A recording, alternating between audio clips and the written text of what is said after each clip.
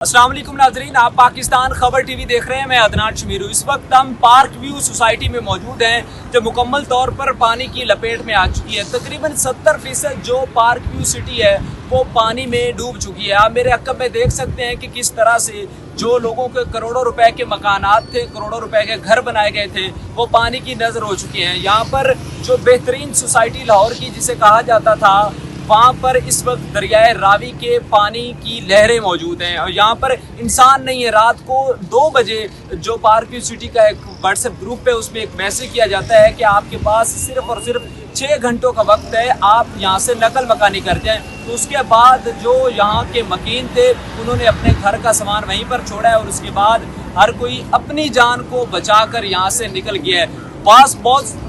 बहुत सारे जो लोग थे वो अपने घरों में रह गए थे, फंस गए थे पानी में। उसके बाद सुबह रेस्क्यू की टीमों ने उनको उनके घरों से बाहर निकाला है। इस तरह की जो सूरत हाल है वो बन चुकी है। ये मेरे अकब में आपको दिखाई देने वाला पार्क व्यू सोसाइटी का प्लाटिनियम ब्लॉक है जो इंतहाई ज्यादा महंगा है और यहाँ पर अभी कई जगहों पर कंस्ट्रक्शन भी जारी थी, लेकिन इसके बावजूद पानी जब आया तो कंस्ट्रक्शन भी जाहिर है रुक गई है।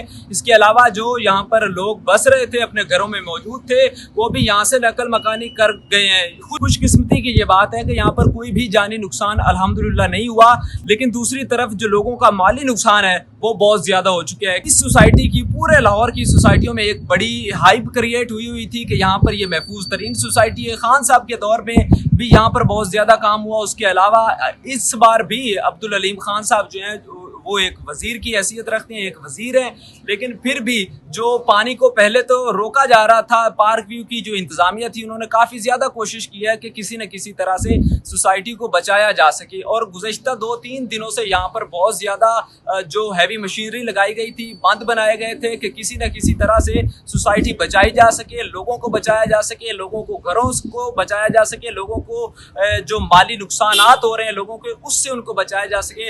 लेकिन पानी जिस तरह से ही दरियाए रावी में बढ़ा है तो ये तमाम चीज़ें जो हैं वो एक साइड पे हो गई हैं और पानी ने अपनी राह ले ली है।